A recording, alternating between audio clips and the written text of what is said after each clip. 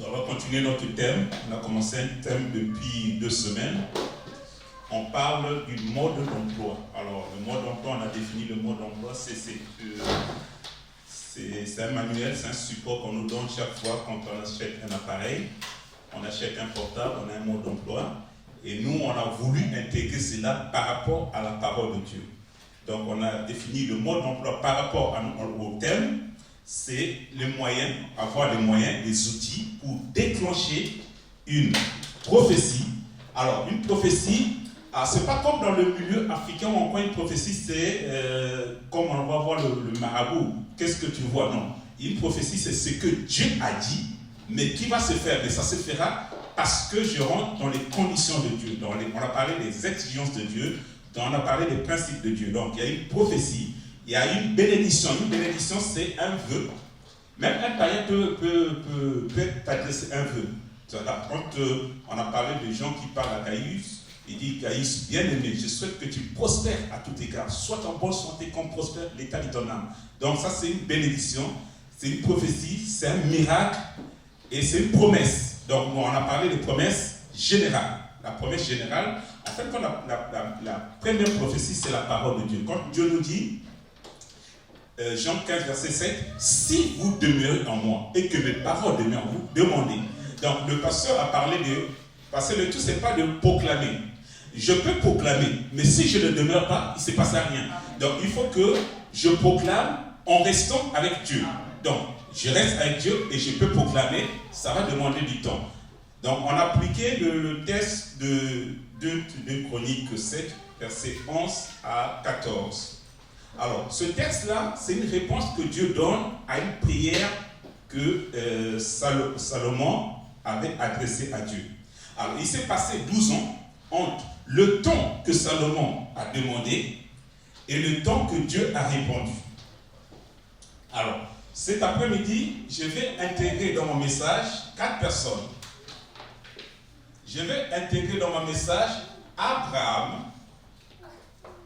Alors, je mets le H parce que Abraham, on a ajouté le H dans son nom. Dieu a ajouté le H pour donner de la puissance parce que dans la codification hébraïque, le H, c'est le souffle du Saint-Esprit. Je vais ajouter dans mon message Joseph. Alors, je vais nous expliquer pourquoi ces personnes-là, ils vont entrer dans mon message. Je vais ajouter dans mon message Moïse. Et je vais ajouter dans mon message, on a parlé de lui, David. Alors, dans la culture juive, ils sont normalement 7. Il y a 7 personnes dans la culture juive que les juifs considèrent ces personnes-là parce que c'est des modèles pour eux. Donc, je vais intégrer ces personnes-là pourquoi? Parce qu'ils vont nous aider à comprendre ou à vivre notre message. Donc, dans le message, on avait vu que Dieu a dit, par rapport à la prière de Salomon, Dieu répond à Salomon. Il dit, si dans la vie, il arrivait qu'il y ait, on a parlé du ciel qui se ferme. Le ciel qui se ferme, on a parlé de la sécheresse.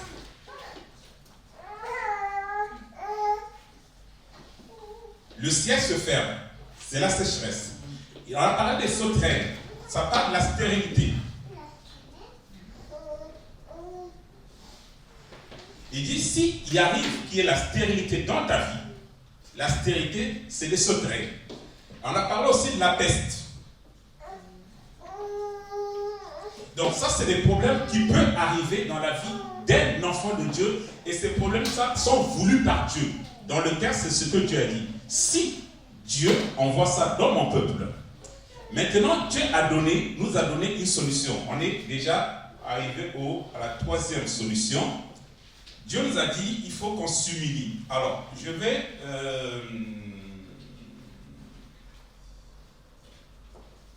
vais préciser un fait.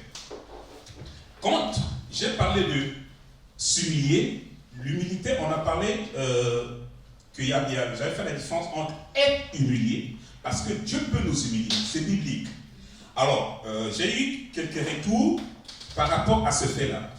Alors moi, j'aime toujours expliquer que mes messages s'adressent aux chrétiens. Alors j'explique toujours, le chrétien, c'est celui qui a reçu Jésus-Christ comme Seigneur et Sauveur personnel. Parce qu'il y a un frère qui nous a été présenté que dans une église, effectivement, il y a un frère qui a été humilié, qu'on a passé devant, et ce frère s'est suicidé. Alors je nous explique pourquoi ce frère s'est suicidé. En soi, le problème que nous avons dans l'église, c'est qu'on considère que tous ceux qui viennent à l'église sont des chrétiens. La discipline, elle est biblique. J'ai dit, elle est biblique.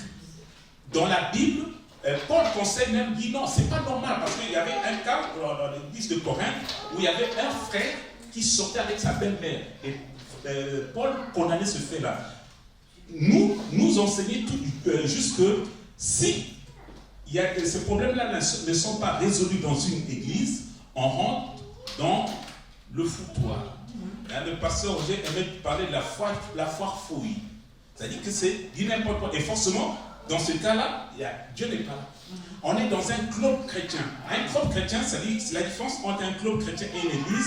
Le club chrétien, les gens se réunissent au nom de Jésus, mais Jésus-Christ n'est pas là. Dans une église, Jésus doit être là. Amen. Il doit être là. Puisque c'est sa parole dit, là où deux sont rassemblés au nom de Jésus, il est là. Donc, l'humilité, humilier, c'est-à-dire, c'est moi qui décide de m'humilier.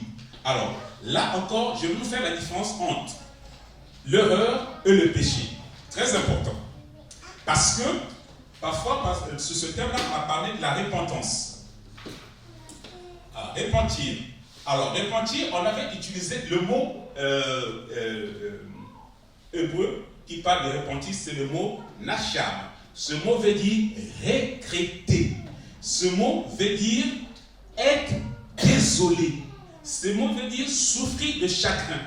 Donc, quand je me réponds, ça veut dire je regrette l'acte que j'ai posé. L'humilité. C'est que moi-même, je prends conscience que l'acte que j'ai posé n'est pas bon et je me réponds. Alors, je fais la différence entre une erreur et un péché. Parce que, selon ce que Jean dit dans son épître, 1 Jean 3, il dit « Celui qui est de Dieu ne pêche plus ». Alors, on va me dire « Mais attends, nous avons la nature du péché. Comment un chrétien ne doit plus pécher ?» C'est Jean qui nous dit « Celui qui est de Dieu ne pêche plus ». Ça veut dire quoi? La différence entre une erreur et un péché. Une erreur, alors je vais prendre une histoire, je vais raconter une histoire. C'est l'histoire, nous quand on était gamins, alors il nous arrivait parce qu'on n'avait pas le confort de la France. En France, les gamins quand ils font du foot, ils ont un terrain approprié. Et nous, on jouait, l'espace qu'on nous donnait dans la rivière, on jouait. Et très souvent, on avait des mamans qui vendaient leur huile, ou je sais pas, des arachides. Et il arrivait souvent, pour ne pas dire très souvent, qu'en jouant malencontreusement, le ballon tombait sur la bouteille d'huile et ça renversait. Ça s'appelle une erreur. C'est-à-dire que je n'ai pas fait exprès. Le ballon est tombé sur la bouteille d'huile et donc l'huile s'est renversée. Maintenant, là où il y a le péché, c'est qu'on va s'entendre maintenant entre amis. Il dit surtout, on ne dit pas à papa, on ne dit pas à maman. Là, on rentre dans le péché. Pourquoi? Parce que j'ai la conscience. J'ai la conscience de l'acte posé.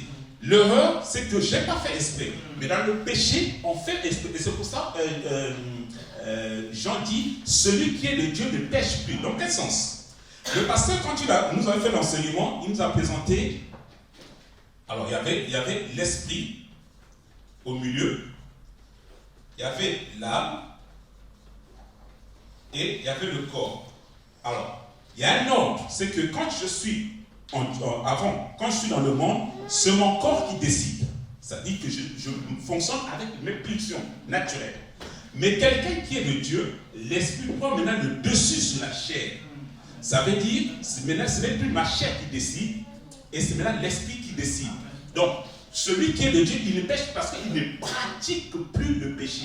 Parce qu'avant, je pouvais mentir dans mon cas, c'était naturel. Mais celui qui est de Dieu, tu peux essayer de mentir. Je dis, quelqu'un qui est de Dieu, il peut essayer de mentir. Mais il y a toujours, on va voir la conscience qui va toujours te dire. La conscience va toujours te dire, non, tu as menti, reviens. Parce que tu ne te retrouves pas. Et c'est pour ça que Jean dans sa démonstration, il fait une démonstration. Il te dit, celui qui est de Dieu, parce que le diable, c'est le père de menteur. Donc quand je mens, je ne suis pas de Dieu. Et celui qui est de Dieu ne pêche plus. Donc on a parlé de la repentance. Et puis on a parlé de la prière. Alors on est resté beaucoup sur la prière. Il dit, s'il prie, s'il recherche ma face. On a parlé d'abord des exigences de la prière. Ça, je fais un rappel pour qu'on puisse rentrer vraiment dans le message. On a fait les exigences de la prière et pour que la prière soit efficace. On a dit, pour que ma prière soit efficace, il faut que j'ai la foi sincère et authentique. Ça, c'est la première condition. Il faut que je prie au nom de Jésus-Christ. Il faut que je prie aussi selon la volonté de Dieu. Il faut que je recherche d'abord le royaume et la justice de Dieu. Et il faut que je persévère. Donc ça, c'est les 5 exigences. Et on a parlé des étapes pour que la prière soit efficace. Il y avait des étapes. On avait dit d'abord, la première des choses à faire, c'est de faire des recherches pour voir qu'est-ce que Dieu dit de mon problème.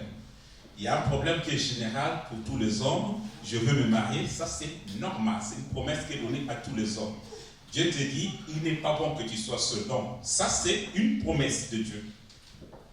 Donc, la première des choses, c'est chercher qu'est-ce que Dieu dit de mon problème. Je veux avoir des enfants. C'est une promesse de Dieu. Soyez féconds, multipliez-vous.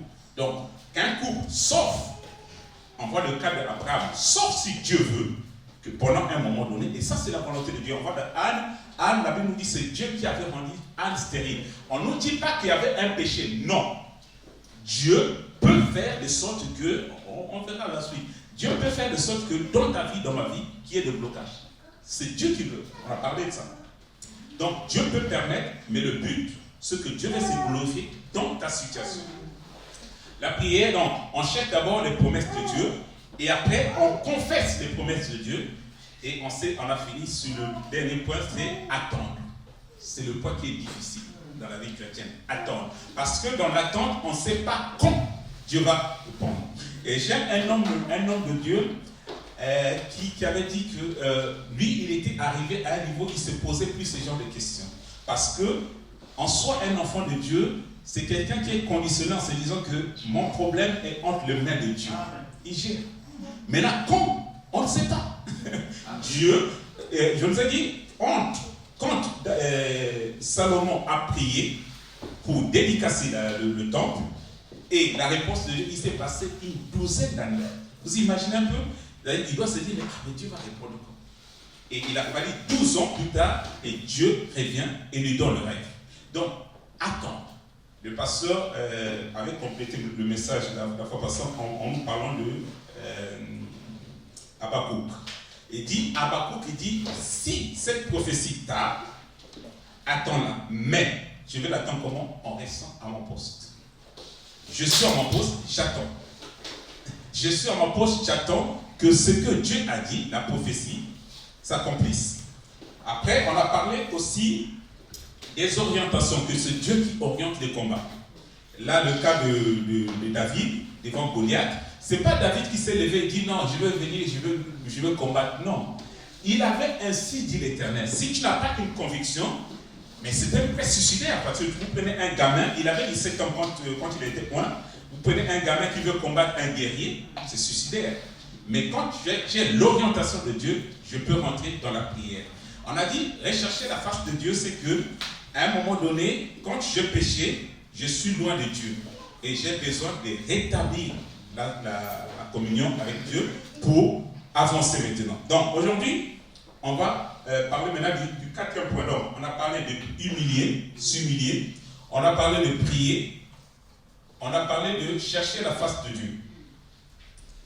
Chercher la face de Dieu. Alors, il y a des versions parfois qui disent chercher la grâce de Dieu. C'est la même chose. La face de Dieu, la grâce de Dieu, c'est la même chose. Alors, aujourd'hui, on va parler du 4e point qui nous incombe et dit renoncer ou se détourner de ces mauvaises voies. Alors, j'ai cherché la face de Dieu.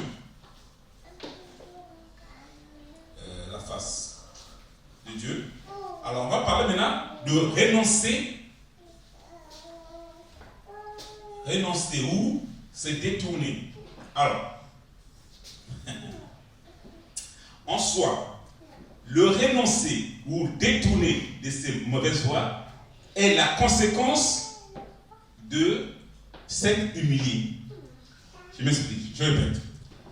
Je vais renoncer à mes mauvaises voies si je me suis réellement humilié, si réellement je me suis repenti. Parce que repentir, on a dit Nacham, ça veut dire regretter. C'est-à-dire que quand j'ai regretté, ça veut dire j'ai posé un acte malencontreusement, donc je regrette, je suis désolé, je souffre de chagrin. Donc le but, quand on regrette, ça veut dire je ne peux pas refaire. Parce que si je refais ce que j'ai regretté, en fait, moi, je n'ai pas regretté. Alors, on va comprendre pourquoi il faut se détourner de ces mauvaises voies. Je vais vous parler du principe d'enlever et de remplacer. C'est un principe qu'on voit beaucoup dans le Nouveau Testament. Jésus-Christ, quand il venait, quand il délivrait une personne, le principe était d'abord enlever le mauvais esprit.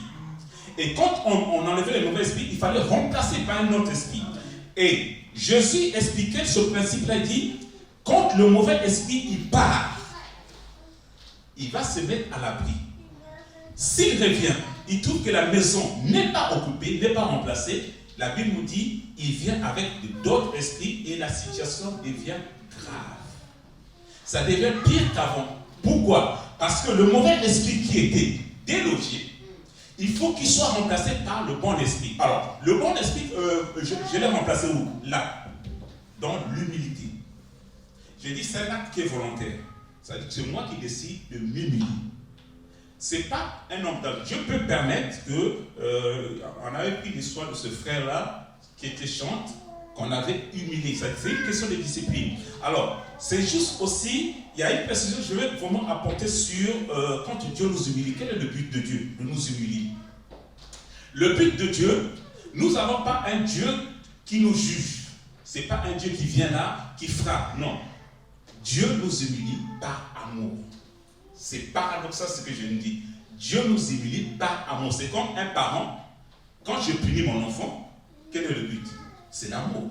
Si je ne mets pas mon enfant, je ne vais pas punir mon enfant. Mais je punis l'enfant parce que j'aime l'enfant. Et Dieu nous punit, nous humilie par amour.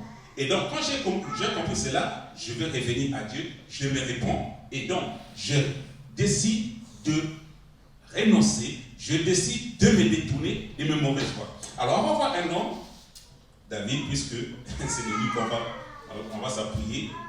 David, qui a compris ce principe de se détourner de ses mauvaises voies. Parce que David, c'est un homme. Alors, j'ai pris toutes ces personnes-là. Quand vous faites une étude sur ces 4 personnes, Abraham, Joseph, Moïse, David, alors, dans le langage trivial, on va dire que ce n'était pas des saints. Alors, dans le langage trivial, on dit un saint, c'est celui qui ne fait jamais de fautes. Non. Toutes ces personnes-là, ils ont fait des fautes. Et même des graves fautes. Si je prends Moïse, Moïse avait tué. Mais la Bible nous dit que c'est un homme qui parlait face à face avec Dieu. Quand je parle de David, David avait tué. Mais c'est l'homme selon le cœur de Dieu.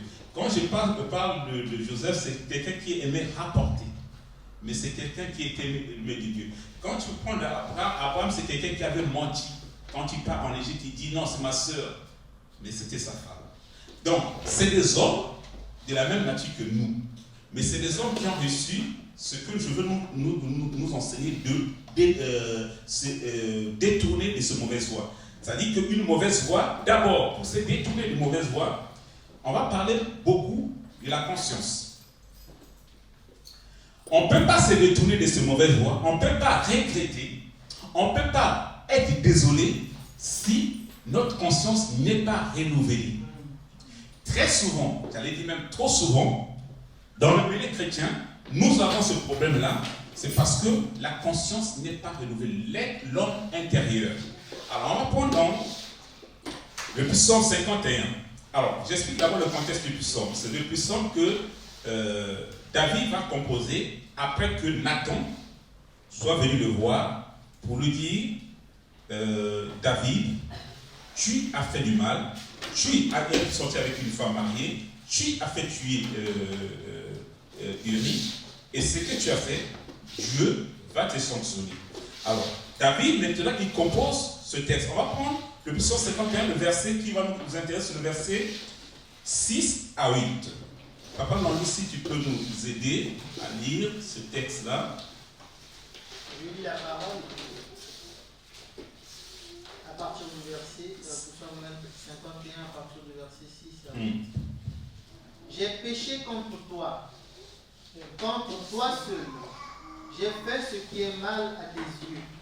C'est pourquoi tu es juste dans tes paroles, sans reproche dans ton jugement. Oui, depuis ma naissance, je suis coupable. Quand ma mère m'a conçu, j'étais déjà marqué par le péché. Mais tu veux que la vérité soit au fond du cœur. Fais-moi connaître la sagesse dans le secret de mon être. Amen. Alors, on va comprendre la pensée de David. David, d'abord, il part d'abord à reconnaître. D'abord, ça c'est un point qui est important dans la repentance. Dans la repentance, l'erreur qu'on fait dans la repentance, c'est de dire, c'est pas ma faute, c'est la faute à l'autre. Non. Quand je regrette, David, il dit d'abord, j'ai péché contre toi seul et j'ai fait ce qui est mal à tes yeux. Alors, le mot péché dans la version qu'il a, parce qu'on est dans l'Ancien Testament, celui de l'hébreu, c'est le mot chata. Alors, le mot chata veut dire quitter le chemin droit, se perdre, s'égarer de la voie. Donc, David, il dit, je me suis égaré de la voie. J'ai quitté le chemin droit. Et j'ai fait ce qui est mal à tes yeux. En sorte, il dit, tu seras juste dans ta sentence. Donc, David veut même qu'on puisse le sanctionner. David demande à Dieu, tu seras juste dans ta sentence parce que tu vas prendre la bonne décision. Il dit, voici, je suis né dans l'iniquité et ma mère m'a conçu. Alors, le verset qui va nous intéresser par rapport à renoncer à ce mauvais choix, dit, verset 8. Le verset 8, il dit, mais tu veux que la vérité soit au fond du cœur. Alors, suivez la démarche de David. Quand j'étais à l'école primaire, le reste qui me reste encore, le MENA me disait c'est une conjonction de coordination. En fait, quand ça dit c'est une rupture qui doit lier la première pensée à la deuxième pensée. Il dit, malgré tout ce que je t'ai dit, j'ai péché, c'est-à-dire que je ne veux pas dire que c'est la faute de ma mère, parce qu'il dit, je suis né dans l'iniquité et ma mère m'a conçu dans le péché. Non, c'est pas ça la raison. C'est pas ça la raison. Si j'ai péché, c'est pas ça. Il dit, mais tu veux que la vérité soit au fond du cœur. David demande à Dieu, il dit, Seigneur, tu vois, à la suite, je regrette mon acte. Je suis désolé, je souffre de chacun. Qu'est-ce que tu veux? Tu veux que la vérité soit au fond de mon cœur. Alors, qu'est-ce qu'il demande à Dieu? Il demande à Dieu, il dit, fais donc pénétrer la sagesse au-dedans de moi. David demande à Dieu de faire pénétrer la sagesse de Dieu. Je ne peux pas me détourner de mes mauvaises voies si la sagesse de Dieu n'est pas à l'intérieur de moi. Ce n'est pas possible. Alors, je nous explique l'idée de David. Dans un épisode de David, il dit, Seigneur, je serre ta parole dans mon cœur pour ne pas pécher contre toi. Ça veut dire quoi? C'est que si je n'ai pas la pensée de Dieu, j'ai la pensée de l'autre personne. Et si j'ai la pensée du diable, je ne peux pas me détourner de mes mauvaises voies. Ce n'est pas possible.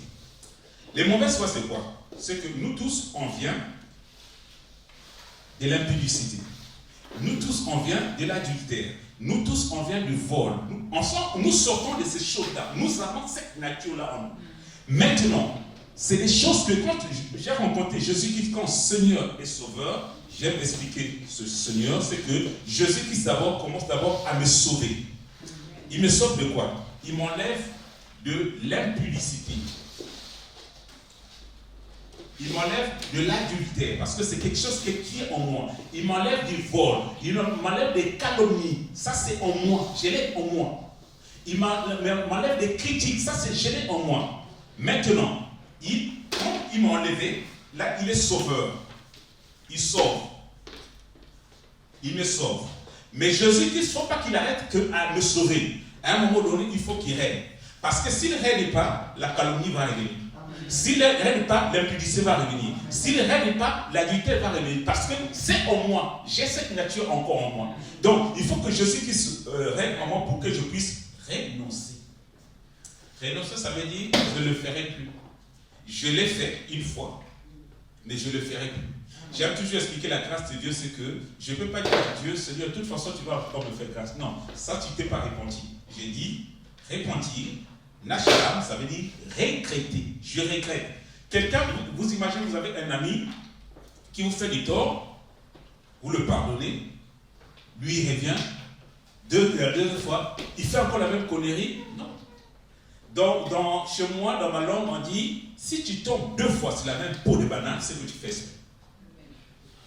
C'est-à-dire, quand tu tombes la première fois sur une peau de banane, la deuxième fois, tu vas maintenant faire attention. Tu dis, non, dans cet endroit, il y a des peaux de banane, je vais faire attention. Mais si tu tombes 2 fois sur la même peau de banane, c'est que tu as fait exprès. Normalement, un homme, à ce niveau, tu deviens un prudent. Pourquoi? Parce que tu t'es repenti. Tu as regretté. Tu as été désolé. Tu souffres des chagrins. C'est peine.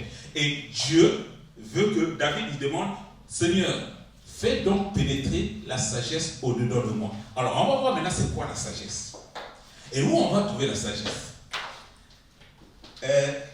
Dans un proverbe, on dit non, ça vient de Dieu. Mais on va voir qu'est-ce que Job va me dire. Job 28, versets 20 à 28.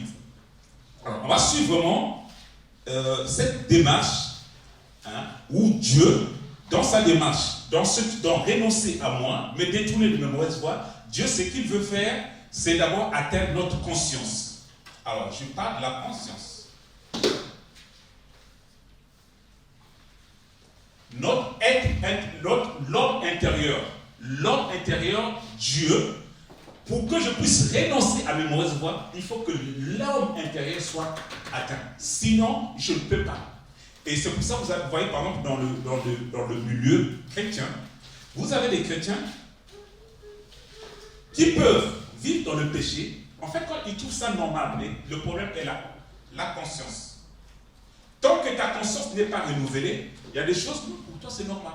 C'est normal. Pourquoi? Parce que la conscience, c'est le rendez-vous que nous avons avec nous-mêmes. Alors, on va dans Job. Alors, on va bien comprendre, on va bien suivre ce message-là parce que c'est des messages poétiques. Hein? Vas-y. Job 28, verset... À partir du verset 20 à 28.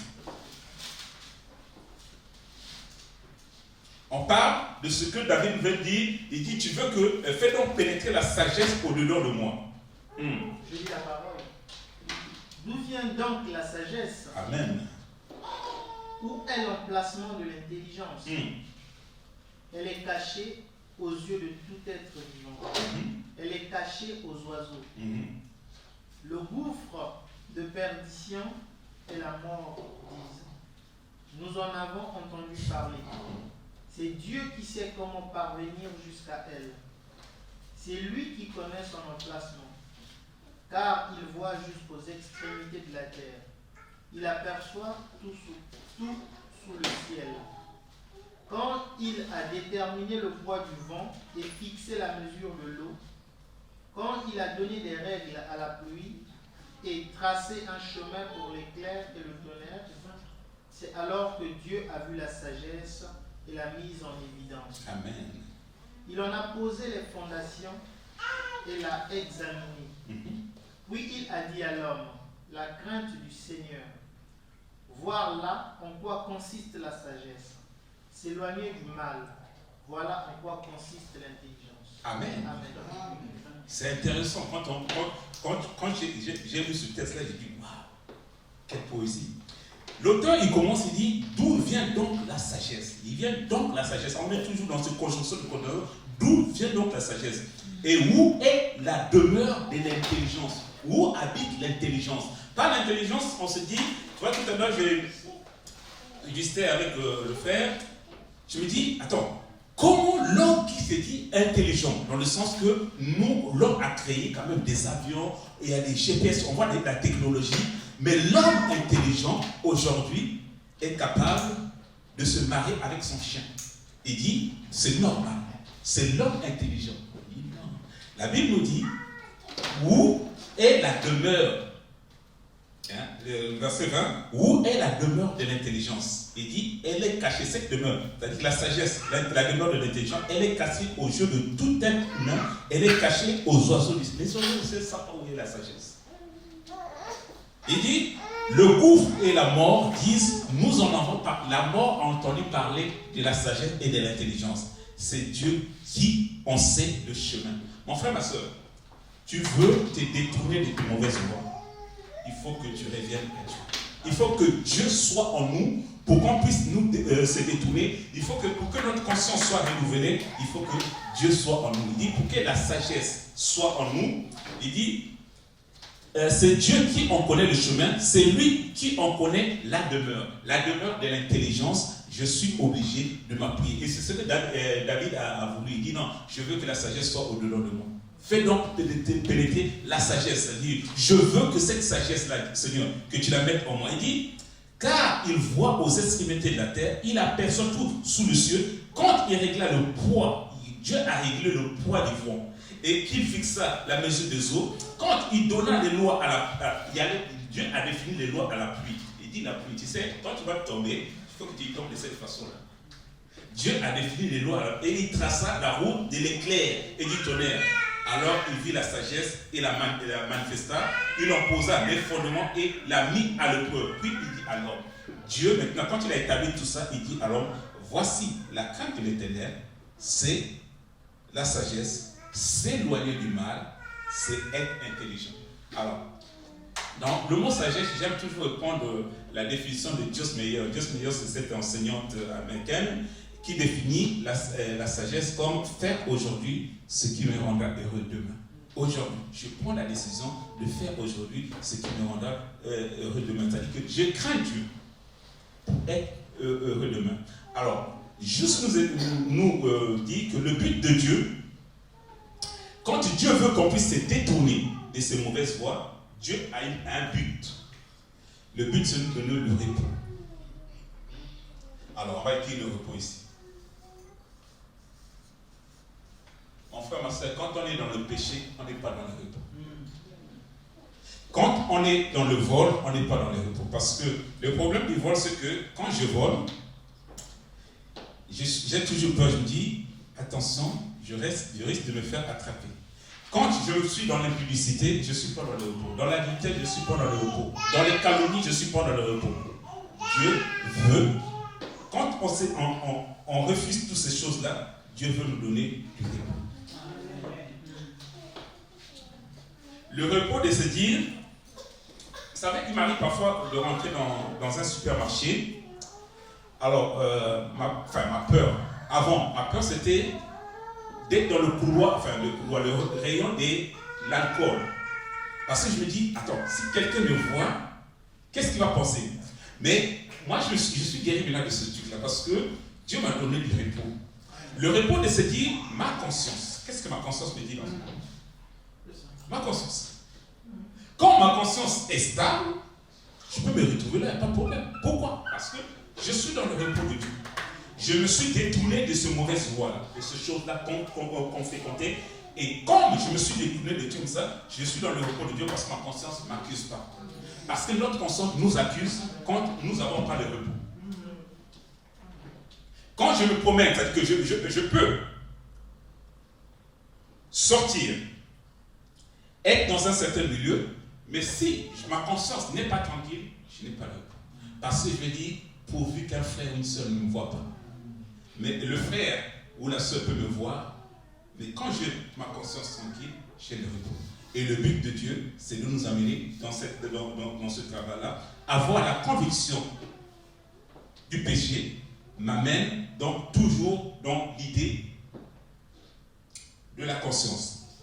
Renoncer. Maintenant, on va voir, on va appliquer tout ce qu'on a appris. Dieu avait dit, il faut qu'on s'humilie. Dieu avait dit, il faut qu'on prie et on cherche la face de Dieu. Et Dieu avait dit, il faut qu'on puisse renoncer, se détourner de ces mauvaises voies. On a dit que se détourner de mauvaises voies est la conséquence d'abord de ça, d'une bonne repentance. Il faut qu'il y ait eu une repentance sincère. Maintenant, on va voir un homme qui a appliqué maintenant ce que nous allons faire. Alors, j'ai hésité entre plusieurs personnes parce que j'aurais pu prendre Moïse aussi. Pourquoi j'ai mis ces personnes-là? Parce que, en fait, quand ces 4 personnes ont expérimenté ce que ça veut dire être humilié par Dieu ou s'humilier par Dieu. David a été humilié par Dieu. Joseph a été humilié par Dieu. Vous savez, quand vous êtes dans la situation avec la femme de Potiphar, ça fait partie de la formation. Dieu permet des situations, des épreuves, mais ça fait partie de la formation. Et je peux échouer dans ces épreuves-là. Je peux échouer si je ne suis pas connecté avec Dieu. Alors, j'ai expliqué Joseph, ce que Joseph a eu connaître des épreuves comme tout serviteur de Dieu. Ses frères, la femme de Potiphar en prison. Et il avait le choix. Alors, ce dernier temps, j'ai réfléchi beaucoup sur le choix. J'ai publié une histoire de Pépé. Alors, Pépé, c'est un homme qui était dans l'état d'esprit de Joseph, toujours de bonne humeur. De bonne humeur parce qu'il se disait que tout ce qui lui arrivait dépendait de Dieu. Et cette lecture-là, Joseph avait fait. C'est qu'il avait le choix entre haïr ses frères ou se dire que ce qui m'arrive, c'est Dieu. Il a fait le choix de dire non, c'est Dieu. Avec la femme de Potiphar, il pouvait haïr la femme de Potiphar ou se dire que ce qui m'arrive, c'est de Dieu. Il a vu ça comme ça. Et même quand le frère de Joseph arrive, il a dit non, c'est pas vous. C'est Dieu qui a permis cette situation. L'humilité. L'humilité t'amène à être humble. On est humble, pas dans cette considération. On a un texte dans la Bible qui dit Dieu résiste aux orgueils, il fait grâce aux humbles. Donc je vais être humble pour que Dieu puisse me lever. En soi, l'humilité c'est une nature. C'est pas quelque chose que je force, non, c'est ma nature. Et cette nature, la différence d'une nature, c'est que chasser le naturel, il revient au talent. C'est-à-dire, je peux faire semblant d'être humble. Nous, on a côtoyé des hommes de Dieu qui nous disaient, je suis humble. En fait, quand tu te rends compte, après, tu n'es pas humble. Parce que être humble, c'est une nature. Et c'est une nature qui va des fruits. Sinon, au lieu d'avoir le fruit des esprits, on va avoir le caractère de famille. Parce qu'à un moment donné, le caractère revient. Tu peux forcer, le caractère revient. Or, toutes ces personnes-là, ils étaient humbles. Quand vous lisez la vie de David a la possibilité de tuer Shimei, il dit non. Moïse a la possibilité, Dieu lui donne une possibilité dans le Nombre 14, il dit non. Tu vois, ce peuple-là, ils sont trop durs, ils obéissent pas. Tu sais ce que je vais faire, Moïse? Je vais les exterminer et je vais commencer par toi. Moïse se lève, intercède. Intercéder, le mot hébreu qui parle d'intercéder, ça veut dire s'opposer. Vous imaginez un homme qui s'oppose à Dieu? Il dit non, je ne suis pas d'accord. Si tu veux faire ça, tu m'élimines aussi. Et Dieu a écouté. En soi, ce qu'on est en train de faire, c'est que quand Dieu décide quelque chose, on va voir ça avec Ézéchias, quand Dieu a pris une décision, quand Dieu a pris un plan, ce plan n'est pas irrévocable. C'est-à-dire, ce plan-là, on peut encore modifier si je me lève dans la prière. Alors, on va prendre dans 2 Rois 20, versets 1 à 6. On parle d'Ézéchias.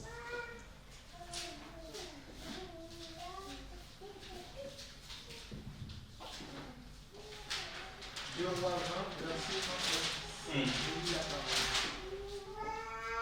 À cette époque-là, Ézéchias fut atteint d'une maladie mortelle.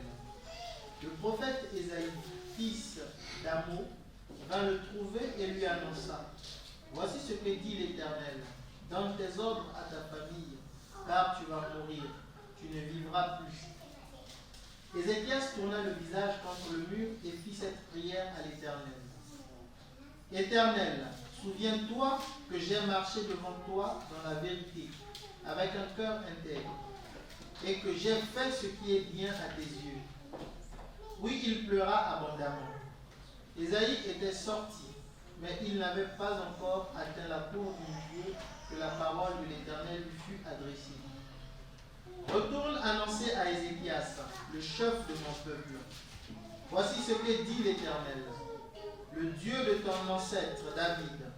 J'ai entendu ta prière, j'ai vu tes larmes. Je vais te guérir et dès à présent et dès après demain, tu pourras monter à la maison de l'Éternel. J'ajouterai 15 années à ta vie. Je te délivrerai de même que cette ville du roi d'Assyrie. Amen. Amen. Alors, qui est Ézéchias? Alors, on n'a pas le temps. Ézéchias, c'est un roi qui est arrivé au pouvoir. Il avait 25 ans quand il est arrivé au pouvoir. Il remplace, son papa s'appelait, alors je ne sais pas si ça se dit Akaz ou Achas, peu importe. Il a remplacé son papa. Son papa ne marchait pas droit devant Dieu. Lui, quand il arrive au pouvoir, il commence d'abord une chose, à rétablir l'ordre dans la maison de l'Éternel. Dans le temple d'Éternel, le temple était souillé. Ce que Ézéchias a fait, contrairement à son père, il a essayé de remettre les sacrificateurs, les Lévites, dans la maison. Donc, le temple était rétabli. Il a cherché à se réconcilier avec Dieu. Donc, c'est un homme qui a marché droit avec Dieu, qui obéissait à Dieu. Et un jour, Dieu envoie le prophète, parce que Ézéchias avait la grâce, à l'époque, il avait les conseils du prophète Ésaïe. Ésaïe vient voir Ézéchias, lui dit, Ézéchias, Dieu a décidé que tu allais mourir. Alors, qu'est-ce que Ézéchias va faire? La Bible nous dit, Ézéchias s'est tourné contre le mur et il a prié Dieu. Qu'est-ce que Ézéchias a fait? Il a d'abord rappelé à Dieu, qu'est-ce que j'ai fait? Très important, mon frère, ma soeur. Rappeler à Dieu, qu'est-ce que j'ai fait? Seigneur, regarde ce que j'ai fait. Regarde ce que j'ai fait. Et Dieu a apaisé. Dieu a changé d'avis. De la décision que Dieu avait prise de faire mourir Ézéchias, Dieu lui a rajouté 15 ans. Alors, pourquoi je nous parle d'Ézéchias? Je nous parle d'Ézéchias parce qu'il est question de se positionner par rapport à la parole de Dieu. Ézéchias a d'abord prié. La prière change la situation. Quelle que soit la situation. Dans la Bible, on nous parle d'un certain Josué. Josué, un jour, il arrive à Jéricho parce que la ville avait combattu. Josué va maudire cette ville. Suivez la démarche. Josué va dire, maudit soit devant l'Éternel, parce que Josué, c'était des hommes, quand ils venaient, ils étaient Dieu. Il dit, maudit soit devant l'Éternel, celui qui va s'élever pour construire cette ville. Et quelques années plus tard, il y a un certain Iriel de Bethel qui va s'élever pour reconstruire. Alors, il y a un point à comprendre. Iriel était un juif. Chez les juifs, ils ont ce qu'on appelle une tradition orale. La tradition orale, c'est un peu... Alors, dans les villages en Afrique, on trouve beaucoup, il y a des histoires qui se racontent. C'est-à-dire, vous avez une histoire, dans cette ville-là, il s'est passé ça. Donc, même en France, hein, vous savez, il y a des coins où on te dit non, là, c'était pendant la guerre. Voilà, il y a des histoires. Et Iriel était au courant de ce fait-là. Qu'il y avait un prophète qui avait dit, personne ne va reconstruire. Mais l'homme, à un moment donné, j'ai dit, je veux le faire. Et Iriel a reconstruit. Le premier fils est mort. Au lieu de s'arrêter là, il continue. Le deuxième fils est mort. Il a fallu 500 ans plus tard. Donc, une parole qui a été déclarée. Tout à l'heure, le pasteur nous a amené à faire des déclarations. Mon frère, ma soeur, tu peux changer la situation de ta famille. C'est à toi de décider. Donc, 500 ans plus tard, il y a un prophète qui arrive, le prophète Élisée. Il arrive à Jéricho. Il arrive, on lui dit, mais prophète, vraiment, comme tu vois le pays là, tout va bien. Mais alors là, la stérilité.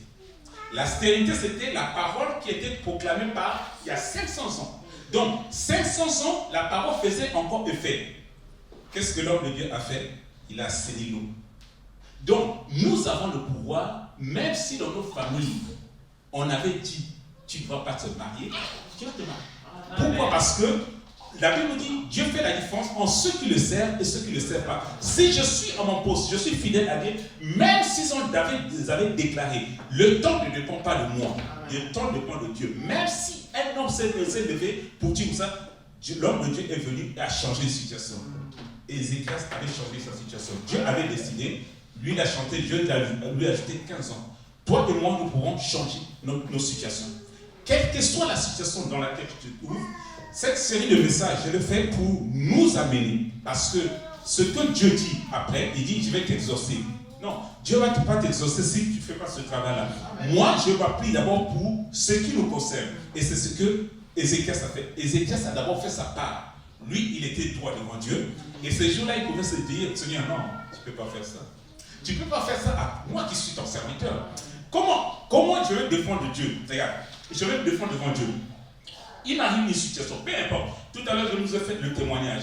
Moi, j'ai toujours dit dans cette entreprise que tant que je serai ici, soyez en paix. Et parfois, il me dit, mais comment tu peux avoir cette certitude? J'ai dit, j'ai la certitude parce que j'ai ainsi Dieu l'éternel certitude. Quand je marche avec Dieu, tant que je vais marcher avec Dieu, il ne peut rien m'arriver qui ne soit de la volonté de Dieu. Il peut m'arriver des choses, il m'arrive des choses, mais Dieu va permettre cette situation. Mais rien ne peut m'arriver qui ne soit de la volonté de Dieu. Et moi, j'ai le pouvoir, parce que je suis un enfant de Dieu, parce que je sers Dieu, j'ai le pouvoir, tant que je reste fidèle à Dieu, de m'élever par la prière et de changer une situation. Amen. Je peux amener à l'existence des choses qui n'existaient pas. Je peux renverser une situation. Je peux condamner une situation. Mais à une condition, comment je me positionne.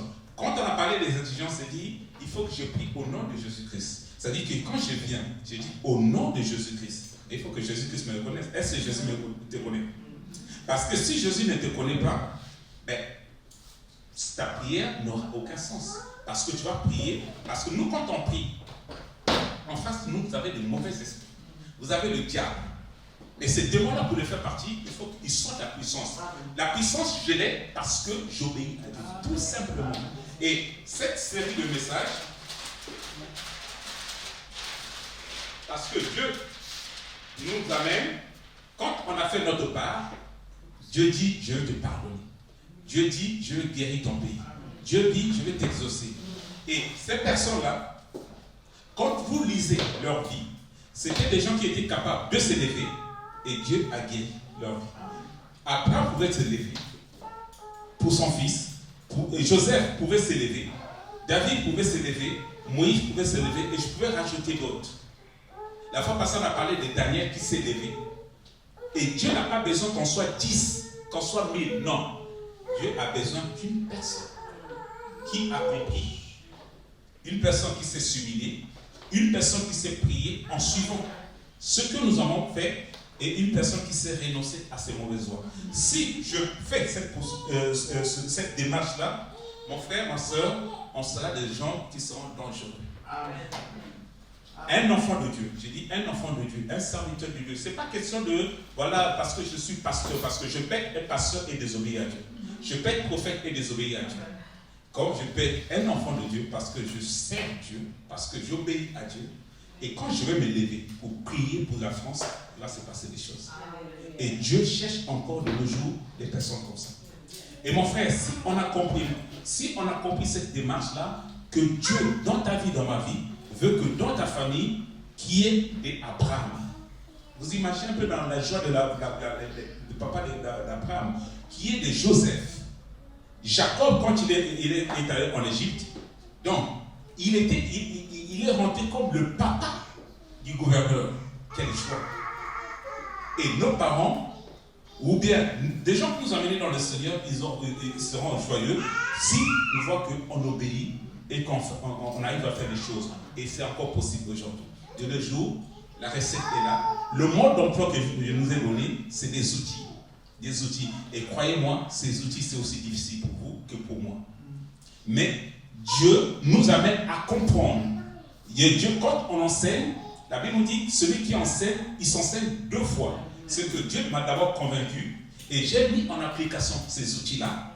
Et si j'enseigne ce que j'ai expérimenté. Si on s'humilie, si on prie sincèrement, si on cherche la face de Dieu, chercher, c'est que maintenant, je peux regarder Dieu en face. J'ai dit Dieu. Ézéchias a regardé Dieu en face. Il dit non, on peut maintenant parler. Dieu, regarde ce que je fais. Qu'est-ce que tu peux dire à Dieu, mon frère, ma soeur? Qu'est-ce que tu peux dire à Dieu de ce que toi tu fais de bien? Qu'est-ce que tu peux dire à Dieu que tu as renoncé parce que tu t'es repenti? Je ne ferai plus ça. Je regrette, Seigneur Jésus. Je veux qu'on avance maintenant ensemble. Et si on est dans cet état d'esprit, croyez-moi, ce n'est pas le nombre. Dans une église, Dieu n'a pas besoin qu'on soit 100, 200. Dieu cherche. Quand vous prenez la Bible, Noé, Dieu dit à Noé, combien de gens Noé a sauvé? Jésus-Christ qui était Dieu, combien de gens il a sauvé? Toi et moi, si on peut réussir à sauver même une personne, c'est déjà bien. Dieu n'a pas besoin du nombre, parce que Dieu sait de toute façon que tout le monde ne va jamais rentrer. Parce que tout le monde ne va pas accepter. Si on ne rentre pas dans une compétition, ne cherchons pas le nombre, cherchons la qualité.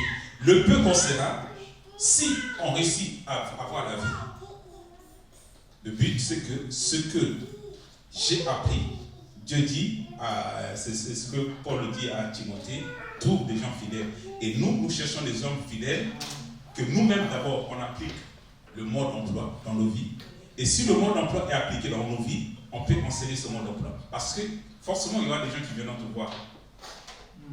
Qui viendront te voir et dire, mais comment toi tu fais? Tu vas leur expliquer le mode d'emploi. Et ce mode d'emploi, c'est un outil pour que les bénédictions qui ont été prononcées, les prophéties qui ont été prononcées, les promesses que Dieu a faites dans ta vie puissent s'accomplir. Parce que c'est le but de Dieu. Dieu veut que tu sois heureux. Amen. Dieu ne veut pas des chrétiens qui sont là, toujours des problèmes. Non, je peux avoir des problèmes et être dans la joie. Amen. Paul avait été malade. Quand Dieu lui a dit, ma grâce te suffit pour se réjouir de cette situation. Mais c'était une situation difficile. Mais quand j'ai ma conscience tranquille, je suis dans le repos. Et Dieu veut t'amener dans le repos. Si nous voulons être dans le repos, suivons le mode d'emploi et que Dieu nous bénisse. Soyez bénis.